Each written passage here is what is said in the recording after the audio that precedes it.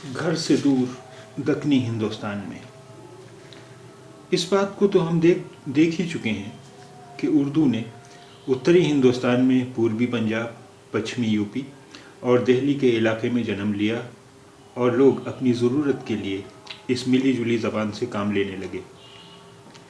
ملی جلی زبان سے یہ مطلب ہے کہ اس کی جڑ تو دلی کی بول چال کی زبان تھی، مگر اس میں فارسی، عربی اور دوسری زبانوں کے لفظ بھی اپنی بہار دکھا رہے تھے۔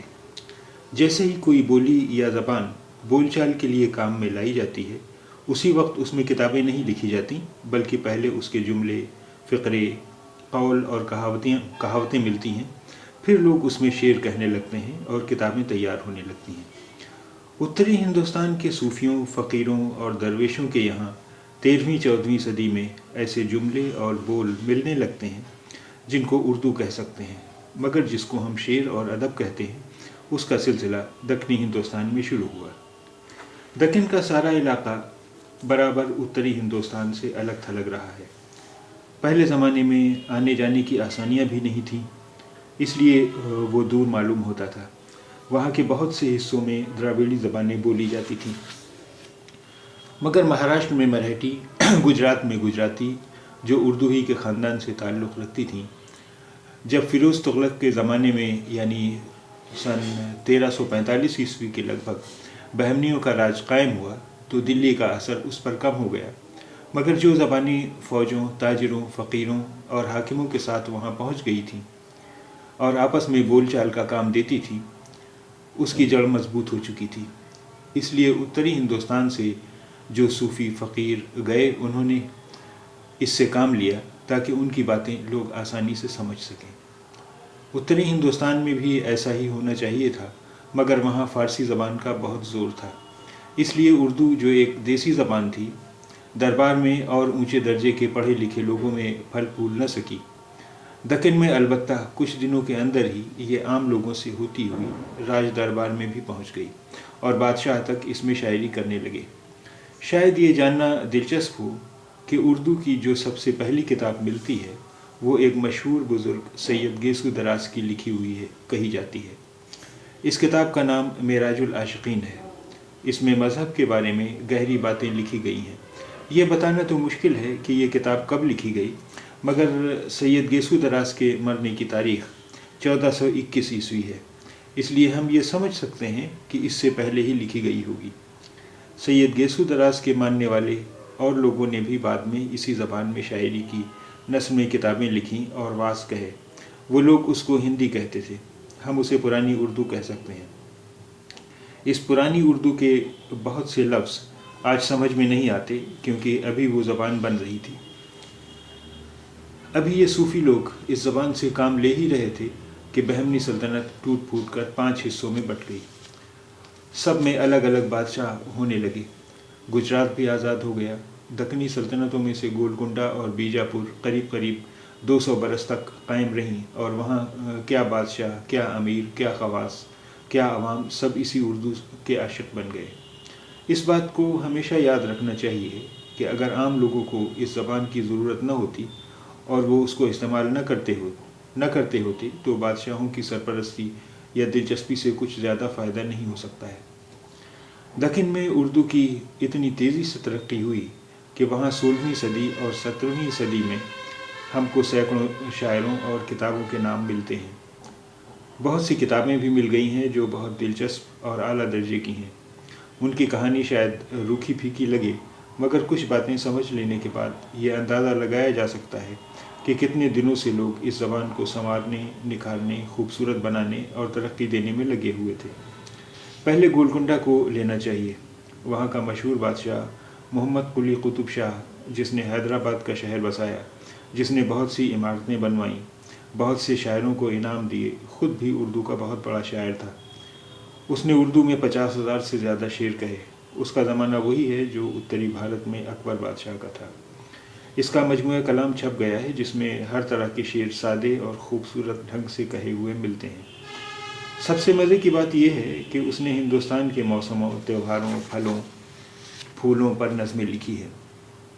آج لوگ اردو پر اعتراض کرتے ہیں کہ اس میں ہندوستانی چیزوں کا ذکر نہیں ہوتا، اگر وہ 350 برس پہلے کے اس شاعر کو دیکھیں تو ان کو معلوم ہوگا کہ ہمارے پرانے شاعر بھی ہندوستان سے کتنی محبت رکھتے تھے۔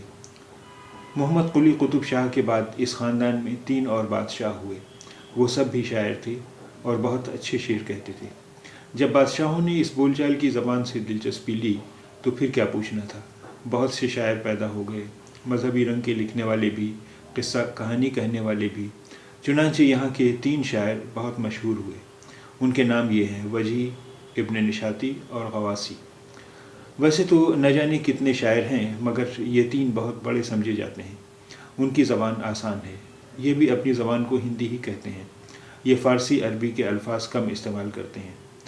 جو لفظ کام کے ہیں، چاہے وہ سنسکرت کے ہوں، چاہے عربی کے ہوں، چاہے فارسی کے، ان کے یہاں بہت بے تکلفی سے کام میں لائے جاتے ہیں۔ لکھتے میں بھی یہ لوگ اس بات کا خیال نہیں کرتے کہ کیا صحیح ہے، بلکہ یہ دیکھتے ہیں کہ کس طرح بولتے ہیں۔ جیسے بولتے تھے ویسے ہی لکھ بھی دیتے تھے۔ یہی حال بیجاپور کا تھا۔ گولکنڈہ میں قطب شاہی خاندان تھا تو بیجاپور میں عادل شاہی۔ یہاں بھی اردو کا بول والا تھا۔